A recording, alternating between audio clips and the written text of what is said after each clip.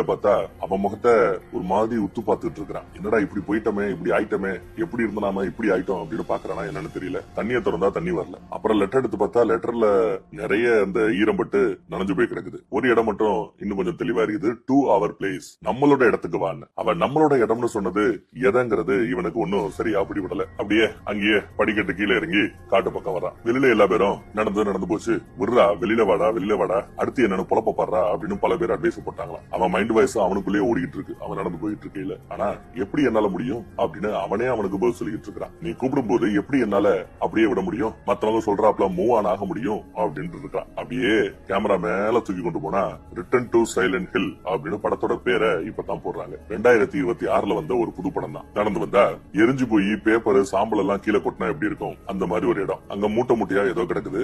ஒருத்தி வர்றா, அந்த மூட்டையை தூக்குறா. நம்ம ஹீரோவையும் ஒரு மூட்டையை தூக்குங்கிறா. இவனுக்கு ஒன்னும் புரியல. சரின்னு இவனும் ஒரு மூட்டையை தூக்கிக்கிறான். இந்த சாம்பல் எல்லாம் எங்க இருந்து வருது அப்படின்னு விசாரிக்கிறான் அந்த பொண்ணு கிட்ட. Summer time